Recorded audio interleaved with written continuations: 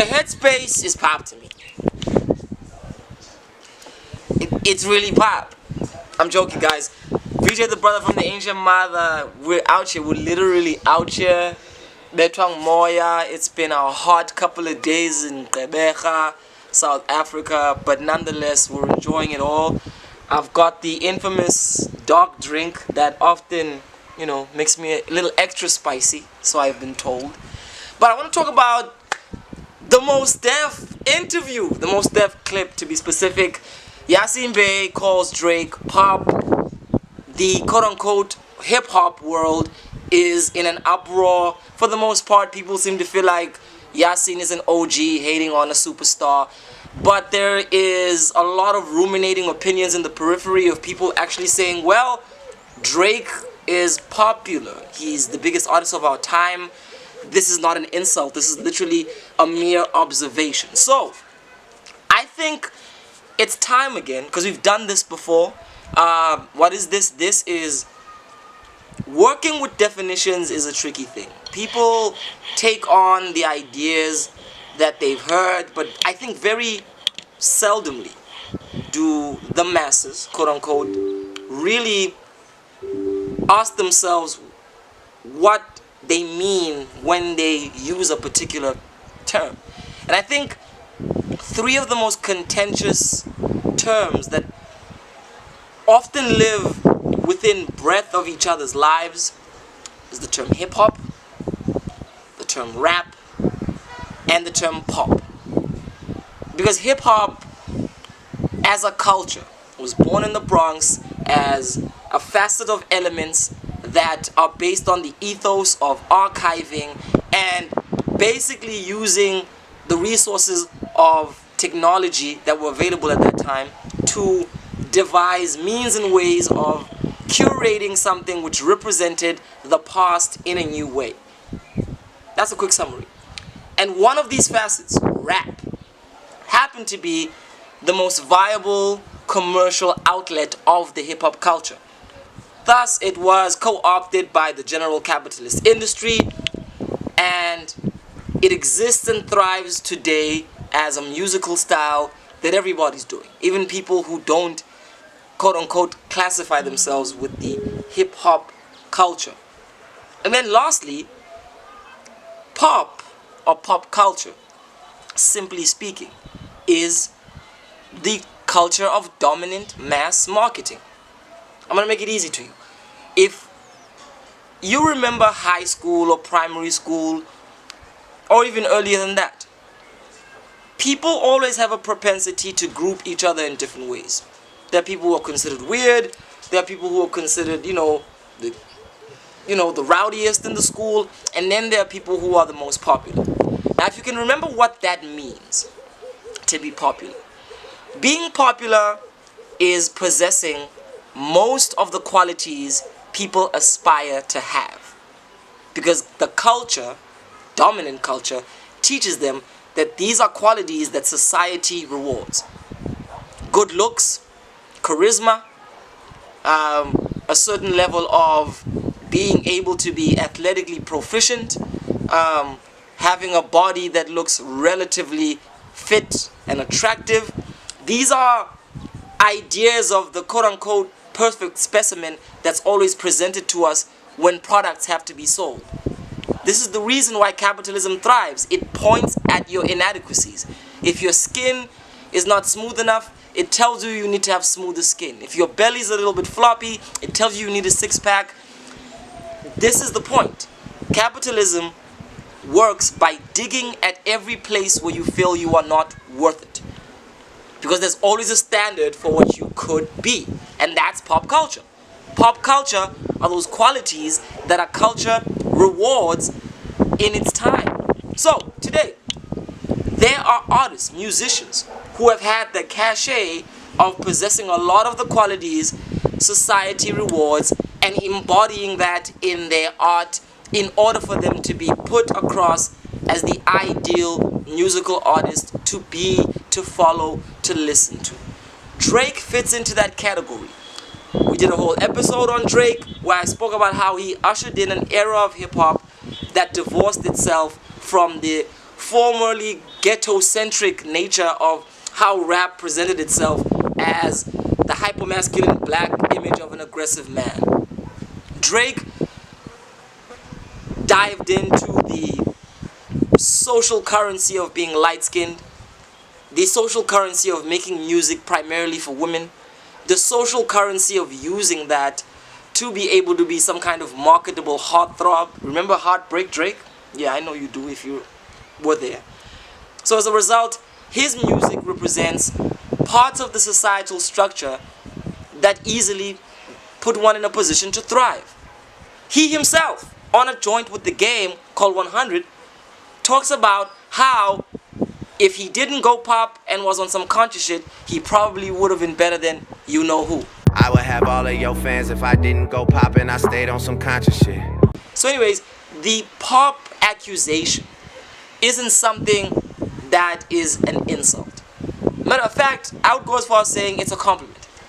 To say somebody is pop means that they're able to transcend niche. They're able to go beyond a few collective people who appreciate a particular thing. And they're able to relate to almost everybody. They're able to navigate across different markets because they possess the aspired ideas and ideals. So I do not, for the life of me, firstly, understand why niggas go mad. Like, where is the insult? Drake is an artist who possesses the features that society rewards, the qualities that society projects on us, and as a result, he's richer for that. He's more influential for that. He's making way more of an impact on a cultural level than Mos Def, aka Yasin Bey, ever has. So, when Yasin says Drake is pop to him, in the same breath he's saying Drake has managed to transcend rap and transcend hip-hop to a point where you could hear him being played next to Michael Jackson or Madonna or any other artist that has transcended their specific music cultural art form, be it R&B, soul, jazz. When you speak about Michael Jackson, it's beyond the music. It's a story that people vicariously connect through the image of a rock star. And that's what Drake has become.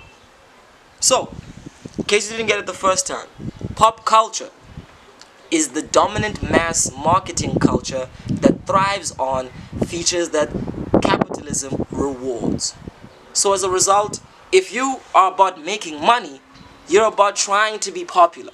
You're about trying to pander to the general mass. Pop is not a genre, it's an approach. It's a way of doing things to try and cater to most people.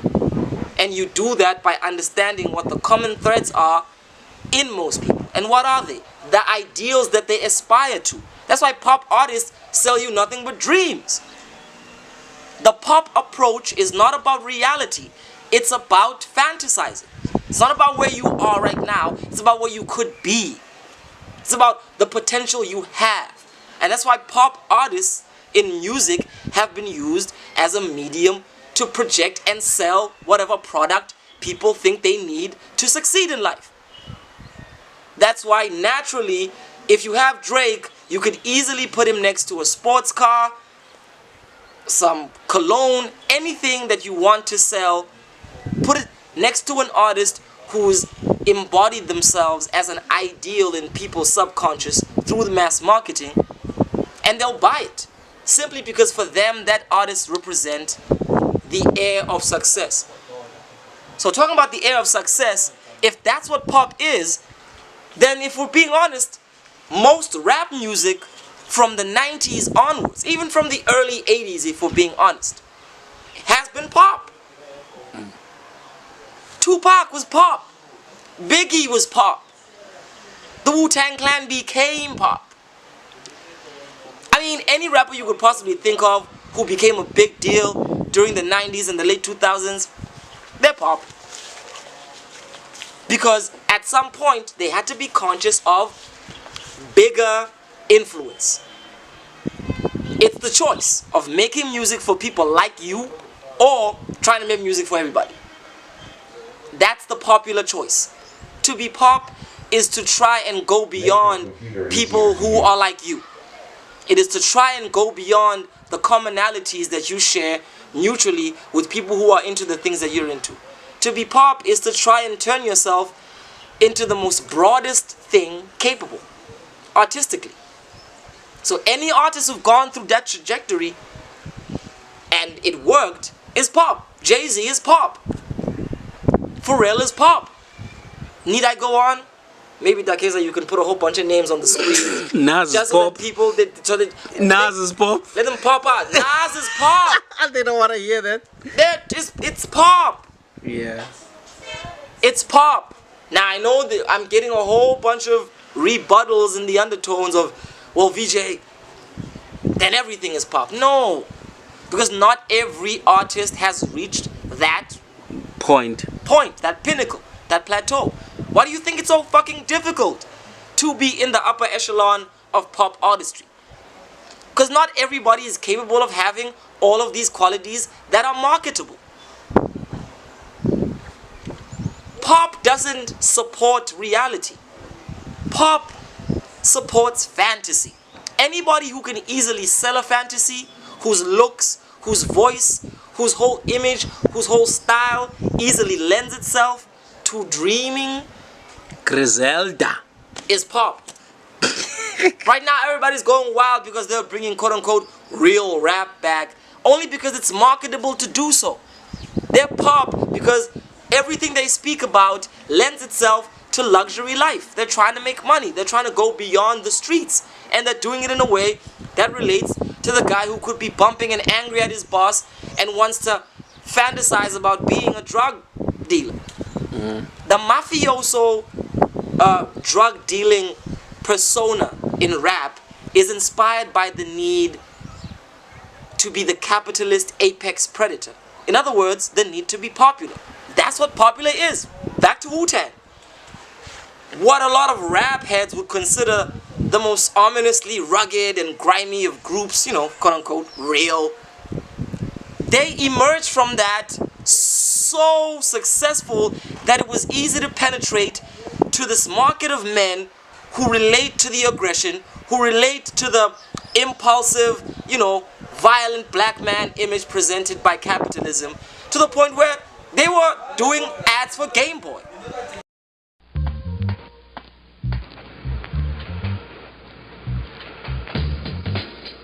And never something new, kid. Yo.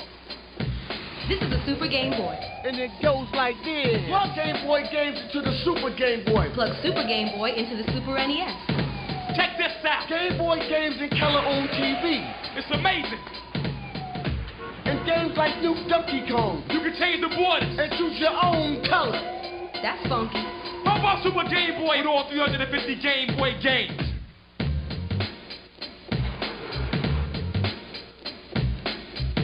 Incredible. They were doing ads for liquor brands. They were doing ads for...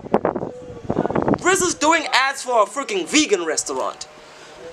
Wu-Tang Clan has action figures, comic books. They have all kinds of memorabilia.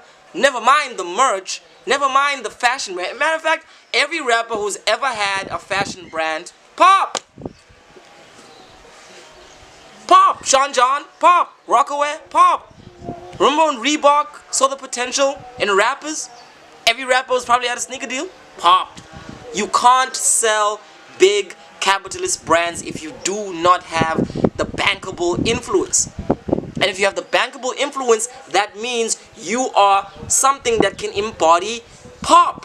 So all in all, pop is not a genre. It's not there's no sound. Pop doesn't have a sound.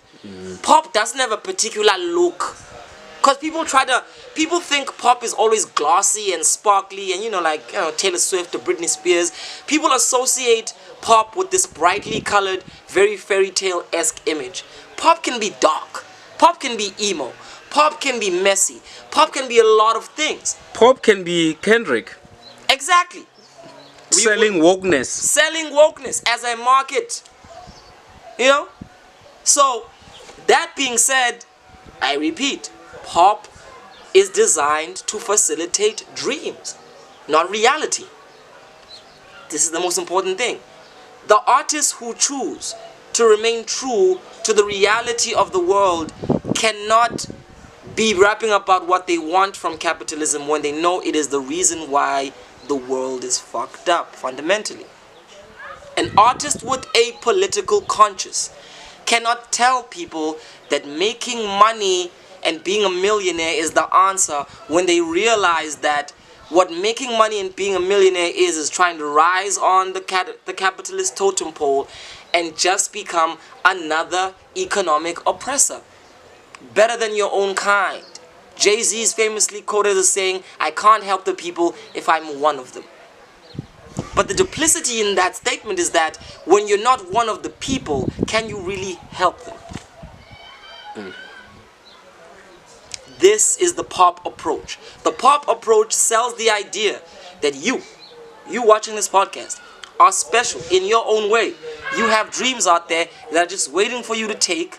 You have visions and goals that are available in this system as it exists, and you can succeed. The stats show that that is not the case. Most people are poor, or quote-unquote middle class and struggling. The very elite few group of people we watch on TV or we get to see celebrated as examples of success get there simply because of partly their navigation from the grassroots and being discovered by a key link within the system.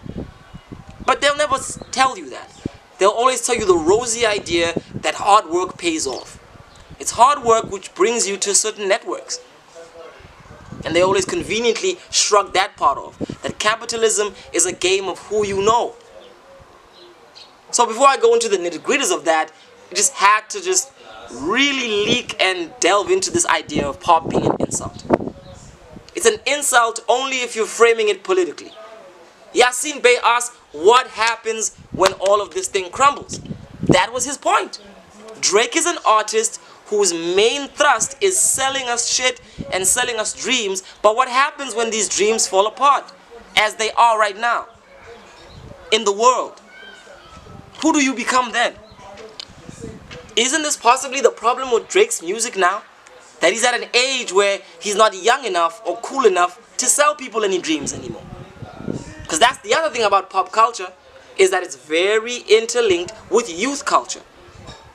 If you want to shape a society, focus on the young people. So as a result, a lot of selling the dream is dedicated to younger folk. Because when you're in your mid-30s going on 40s, you basically know what your chances and possibilities in the world could be. Your dreams are a little bit downgraded.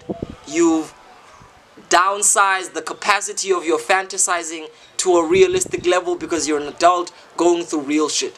But when you're younger, oh boy, the world feels more like your oyster. So then what is hip-hop? Ha! So now, zap back. I hope we understand what pop is. Let's go back to hip-hop. Remember, pop sells the dream. And everything else, the reality, is what happens on the grassroots level. There are two kinds of cultures which get translated in the mode of art. I will make this a reductionism, just to make it simple to understand. You have folk culture and you have pop culture.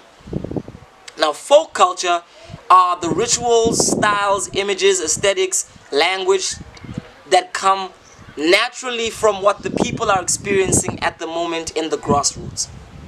Pop culture is what happens when those ideas are taken by capitalism and turned into ways to sell dreams. So what I'm saying to you is that pop culture always feeds from the different folk cultures that exist. Jazz was a folk culture before it became a pop culture in the 60s and the 70s. Rock was a folk culture before it became a pop culture. You understand where I'm going with this? So every popular culture, every pop approach is taken from seeing where mostly the young people are experimenting, their ideas, their views. So every era and generation of pop culture reflects what the youth are preoccupied with and the different things they're trying out. Piano, I'm a piano. was an underground phenomenon that was centered mainly in Pretoria with roots in other places, that capitalism understood the bubbling influence of it and strategically translated it to the general marketplace. And now it is pop, global. So with this explanation, I'm going into folk culture. Now folk culture is what hip hop is. Hip hop is an American folk culture. Hip hop is a culture which came from a particular people with particular experiences and particular resources, who took their oppression and their struggle and transcended it in ways which were relevant to them. See, now, there's a lot of definitions of hip-hop floating around in the world, and a lot of them tend to be very abstract. That deserves its own real episode, because there's a tendency to mythologize our folk culture to the point where it sounds like we're talking about religions. So people will go, hip-hop is a way of life, it's a way of being, I breathe hip-hop, I eat hip-hop. Nigga, it's not that deep. I mean, it is, but framing it in that way runs away from the very tangible differences between hip-hop and everything else. Definitions like that are the reason why people can call everything hip-hop. Because if hip-hop is a way of life, then we're not really talking about tools, skills, or anything tangible. We're talking about an idea. There's people who really think hip-hop is just a way of thinking. And that's a cop-out. Because if hip-hop is a way of thinking, then motherfucker Vanilla Ice was hip-hop.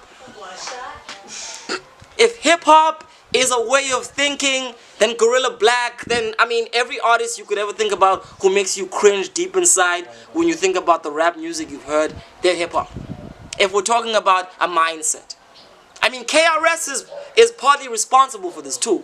You know, you should probably play the clip after I say this. Remember when KRS stood in front of people and said, hip-hop means being hip to the hop? And he was bending the definition of hip-hop into some kind of philosophical outlook. Even wrote a book about it. I even wrote a book about it. Framed in a manner that resembles the scriptures. You know, let's be very careful about trying to turn this thing we love called hip-hop into a pseudo-religion. Right?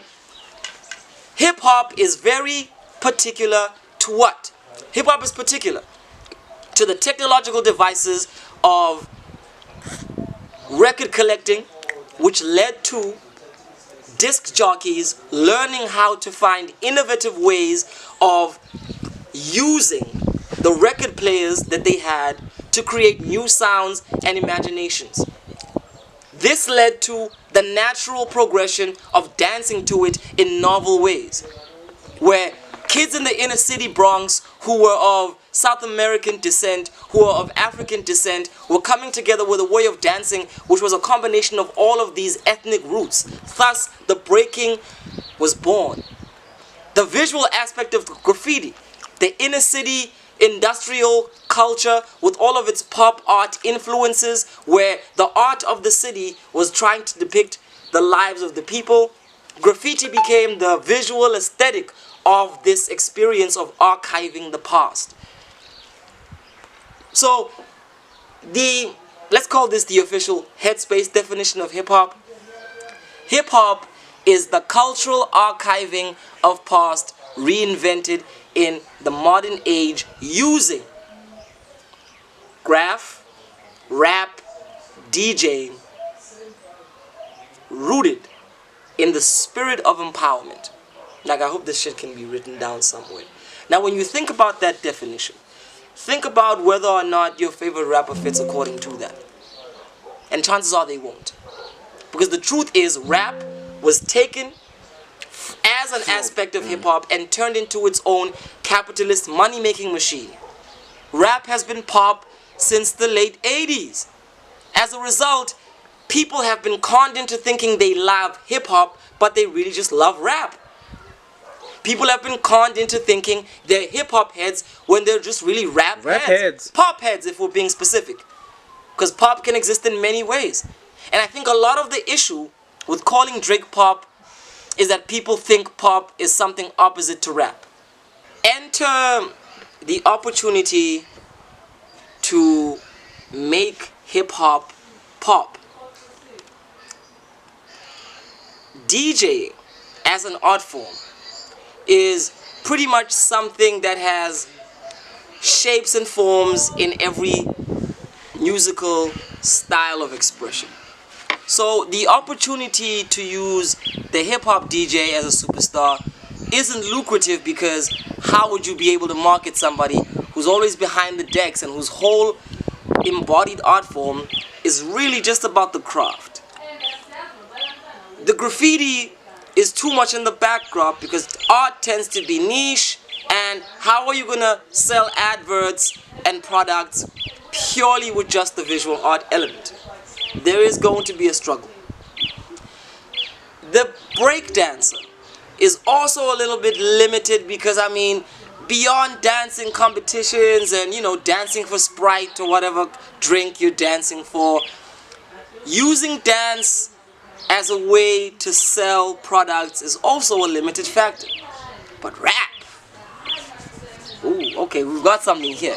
The rapper can compete with any other musician because they bring to the fore something that is musically equivalent to any other quote-unquote genre. Thus begins the plot to transform hip-hop as a culture and use the term as a synonym for a musical style. This is where it all begins. This is why most people think they're hip-hop heads, because the conscious marketing intent, instead of labeling them rappers, call them hip-hop artists. Instead of calling it rap music, mostly call it hip-hop music. Instead of celebrating, you know, all these years of hip-hop and showing the display of a whole culture, just have a whole bunch of rappers and their hits. Now do you understand why everything that is hip-hop is just rap? On popular art forms, on popular platforms? Because the main intent was to extricate rap because it's the most viable aspect of the culture. So if you're listening to me right now and you don't have a relationship with breakdancing, graffiti, DJing, and the holistic aspects of what hip-hop as a culture is embodied in, and all you really essentially love and follow keenly is the rap music, yeah, motherfucker, you're a rap fan. You're not a hip-hop head. To further go deeper, you're not only a rap fan, because at the advent of rap's blow up in the industry, You're a pop. labels like Bad Boy have the brilliant idea of taking musical styles that are already possessing a level of social currency amongst black folk, quote-unquote R&B, and put a rap on it. I mean, and this is why Puffy is the guy. He literally had the business plan of taking what was done with the black R&B singer and just adding rap on top of it. And this is how we enter into the era of a rap music that's catered towards the club scene, a rap music that's catered to the glossy, a rap music that's made for shopping, in the words of Yasin Bey. So many SKUs. So many SKUs. Because at that point, rap's conscious intent became to fundamentally be a money-making move. So I hope through this trajectory you can understand how hip-hop culture was suppressed, rap was extricated, rap was made pop, and subsequently most rappers you've heard today on mass market platforms, most rappers whose annual income allows them to live beyond comfortable lives, are doing that because they are pop. They have qualities which identify to the general larger mass market. So now, VJ, what of the quote-unquote underground, the obscure rappers, the abstract lyricists? See, that's where it gets interesting. There is a market for everything. And I think I'm quoting Immortal Technique there as well. There is a level in which any style of rapping, given the opportunity to align itself with a bigger brand, can become pop. This is why Common went from being a so-called conscious artist to making movies. Because the idea is that pop can sell everything. If your dream is to fight the system, capitalism will sell that dream to you. If your dream is to be some kind of Afrocentric rights warrior, capitalism will sell you that idea. So again, let's get this out of our minds that pop music is only the hyper commercialized style of coming across. There is very pretentious pop that panders to real political issues, but does nothing but speak on them because it's popular to pretend like you care.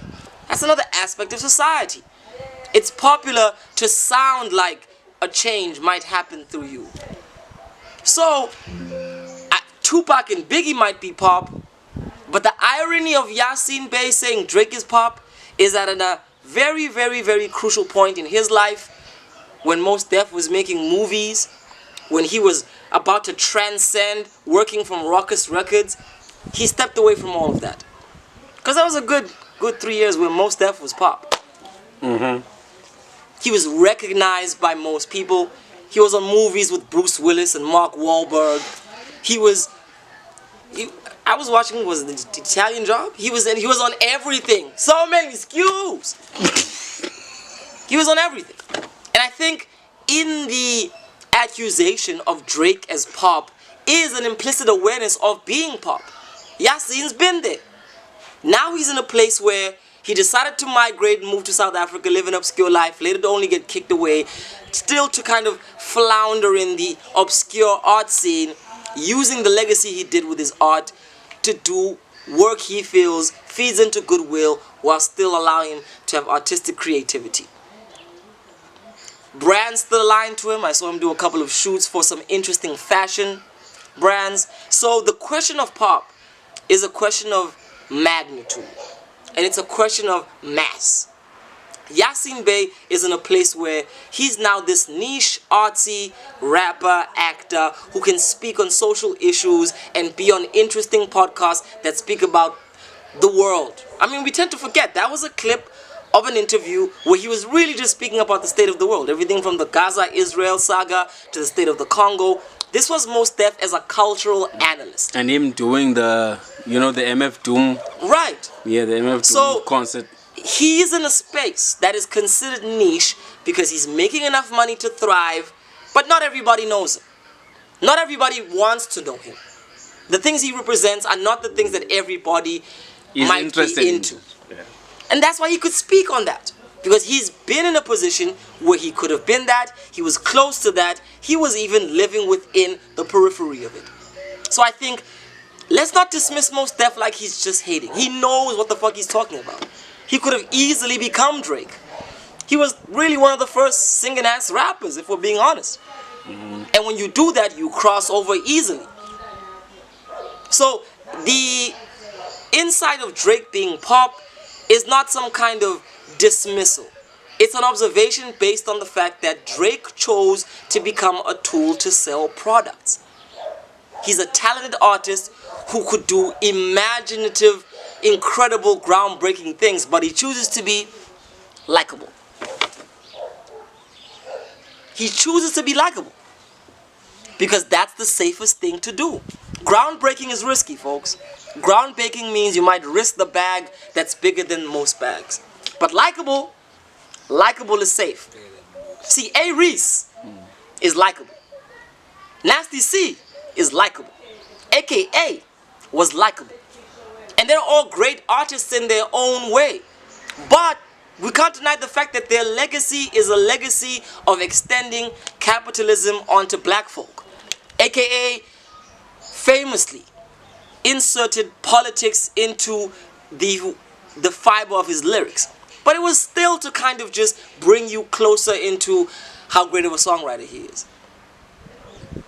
They might have marched along with the students and fees must fall, but the political agency and accountability of most South African rappers is... That's what it is. That's where you cue the crickets. Because it goes back into the sting.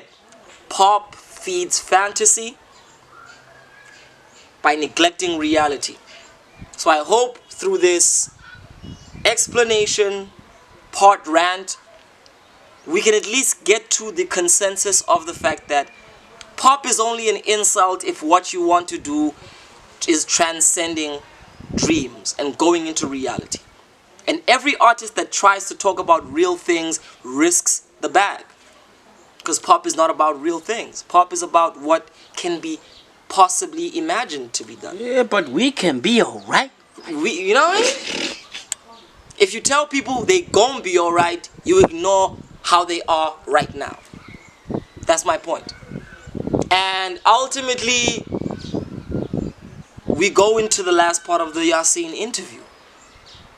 Are we not in an era where capitalism is falling apart, and as a result, the basis of what makes artists like Drake thrive might be reaching a point where it's being redefined? And maybe that's why people really aren't really that much into Drake lately. I don't have to answer these questions. All I know is the headspace is pop. So many SKUs. So We many support, products. Like, we want to make money. We want to be pop. Because if we're pop, possibly we might have... And if you don't subscribe, we'll never be pop. I want to be pop so bad, guys. Because if we're pop, then that means that the level of discourse we're about becomes something that people talk about like it was, Mac G. So, peace.